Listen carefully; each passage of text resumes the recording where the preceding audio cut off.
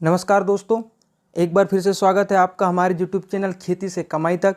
तो आज की वीडियो में हम जानने वाले हैं कि मक्का की बुआई कैसे करें।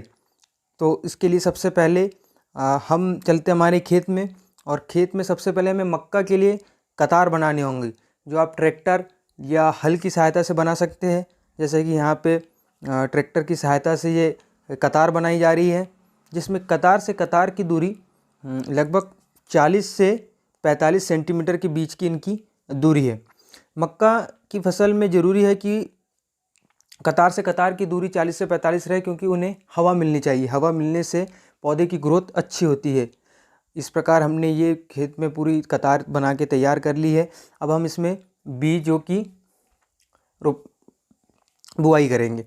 तो सबसे पहले बुआई के लिए आप किसी भी हाइब्रिड किस्म का बीज ले सकते हैं, जो आपके खेत के लिए ज़रूरी हो, जो आपके खेत में जिसकी अच्छी पैदावार होती हो।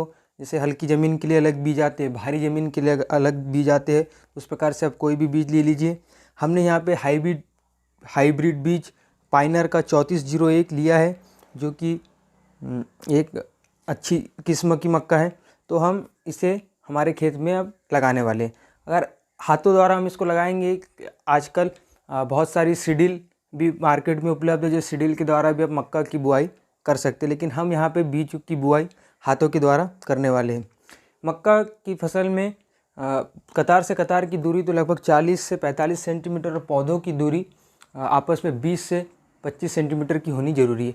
क्योंकि जब मक्का छोटी होती है तब तो हमें वो ऐसी लगती है कि काफ़ी पतली है और काफ़ी दूर दूर है। लेकिन जब मक्का बड़ी होती है तो यही दूरी उनको, जब एक दूसरे से मक्का के पौधे दूर होते हैं तो काफ़ी उनको हवा मिलती है, वातावरण उन्हें खुला मिलता है, जिससे उनकी ग्रोथ अच्छी होती है और अच्छे भुट्टे लगते हैं। तो इस प्रकार हम मक्का की बुआई कर रहे हैं। जैसा कि मक्का अगर दूर दूर होती है तो उन्हें हाइब्रिड बीज जब हम लगाते हैं तो हाइब्रिड बीज में एक पौधे में लगभग 2 से 3 भुट्टे लगते हैं, जिसमें से एक ही स्वस्थ होता है। लेकिन जब मक्का के बीज अगर दूर दूर होते हैं तो उसके 2 भुट्टे कम से कम अच्छे स्वस्थ होते हैं और हम अधिक मुनाफा कमा सकते हैं।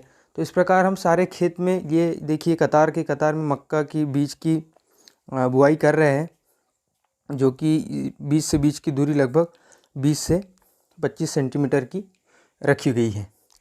इसके बाद अगर आपके खेत में गोबर की खाद डली है या अन्य खाद नहीं डली है, तो आप किसी भी फर्टिलाइज़र जैसे DAP हो गई, यूरिया हो गया, या दूसरा कोई भी फर्टिलाइज़र जिसकी आपके खेत में कमी बताई है, तो हम यहाँ पे ये DAP का यूज़ करने वाले हैं। जो मक्का की फसल, मक्का के जो बीज डले हैं उनके आजू बाजू हमने डाला है, ताकि उसे लंबे समय तक उसका पोषण मिलते रहे।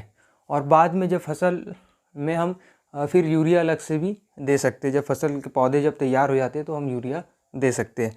तो यहाँ पे हमने ये DAP खाद जो है ये डाला है, जैसे कि आपको दिख रहा है। ये पौधों के जो ये हमने बीज है उसके आजू बाजू यहाँ पे हमने ये DAP खाद डाला है, जिससे पौधे को शुरुआती दिनों से ही अच्छा पोषण मिलता है और वो अच्छी ग्रोथ करता है। मक्के, ये देखिए, ये इस प्रकार हमने ये पौधे के ऊपर, बीज के ऊपर ये खाद डाल रहे हैं।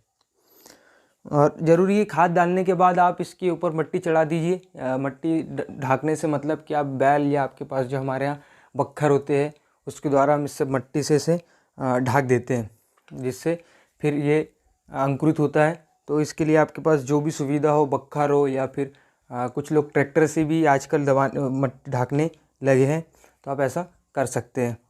आपको अगर हमारी वीडियो अच्छी लगी हो तो इसे ज़रूर लाइक करिए। अभी तक आपने हमारे चैनल को सब्सक्राइब नहीं किया तो सब्सक्राइब कर लीजिए। धन्यवाद।